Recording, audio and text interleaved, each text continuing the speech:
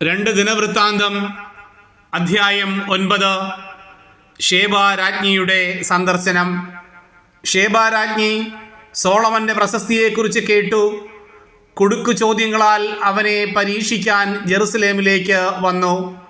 സുഗന്ധദ്രവ്യങ്ങൾ, ഏറെ സ്വർണം, രത്നങ്ങൾ എന്നിവയുമായി അനേകം ഒട്ടകങ്ങളും ഒരു വലിയ പരിവാരവുമായാണ് വന്നത്.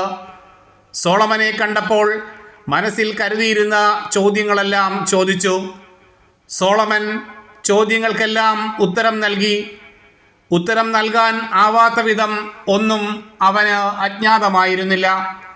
സോളമൻ്റെ ജ്ഞാനവും അവൻ പണിത കൊട്ടാരവും അവൻ്റെ മേശയിലെ വിഭവങ്ങളും സേവകന്മാരുടെ പീഠങ്ങളും ഭൃത്യന്മാരുടെ പരിചരണവും വേഷവിധാനങ്ങളും പാനപാത്ര വാഹകരും അവരുടെ ചമയങ്ങളും ദേവാലയത്തിൽ അവൻ അർപ്പിച്ച ദഹനബലികളും കണ്ട് ഷേബാരാജ്ഞി സ്തബ്ധയായി. അവൾ രാജാവിനോട് പറഞ്ഞു, ഞാൻ എൻ്റെ നാട്ടിൽ വെച്ച് അങ്ങയെയും അങ്ങയുടെ ജ്ഞാനത്തെയും കുറിച്ച് കേട്ടതെല്ലാം വാസ്തവമാണ്. ഇവിടെ വന്ന് സ്വന്തം കണ്ണുകൊണ്ട് കാണുന്നതുവരെ ഞാൻ അവ വിശ്വസിച്ചിരുന്നില്ല. അങ്ങയുടെ ജ്ഞാനത്തിൻ്റെ മാഹാത്മ്യത്തിൽ പകുതി പോലും ഞാൻ അറിഞ്ഞിരുന്നില്ല.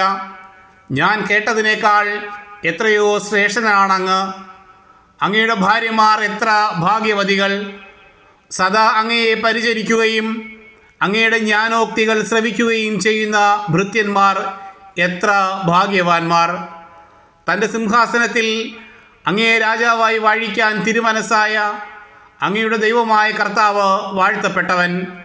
അങ്ങയുടെ ദൈവം ഇസ്രായേലിനെ സ്നേഹിക്കുകയും അവരെ എന്നേക്കും സുസ്ഥിരരാക്കാൻ ആഗ്രഹിക്കുകയും ചെയ്തതുകൊണ്ടാണ് അവർക്ക് നീതിയും ന്യായവും നടത്തിക്കൊടുക്കാൻ അങ്ങയെ അവരുടെ രാജാവാക്കിയിരിക്കുന്നത്. 120 താലന്ത് സ്വർണവും വളരെയധികം സുഗന്ധദ്രവ്യങ്ങളും രത്നങ്ങളും അവൾ രാജാവിന് കൊടുത്തു. ഷേബാരാജ്ഞി സോളമൻ രാജാവിന് കൊടുത്തതുപോലുള്ള സുഗന്ധദ്രവ്യങ്ങൾ പിന്നീട് ഒരിക്കലും കണ്ടിട്ടില്ല. സോളമൻ്റെയും ഹീരാമിൻ്റെയും ഭൃത്യന്മാർ ഓഫീറിൽ നിന്ന് പൊന്നിന് പുറമെ രക്തചന്ദനങ്ങളും രത്നങ്ങളും കൊണ്ടുവന്നിട്ടുണ്ടായിരുന്നു.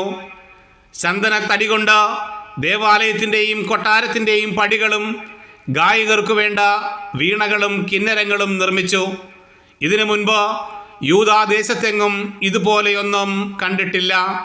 പ്രതിസമ്മാനത്തിന് പുറമെ ഷേബാരാജ്ഞി ആഗ്രഹിച്ചതൊക്കെയും സോളമൻ രാജാവ് അവർക്ക് കൊടുത്തു. അവൾ പരിവാര സമേതം സ്വദേശത്തേക്ക് മടങ്ങി.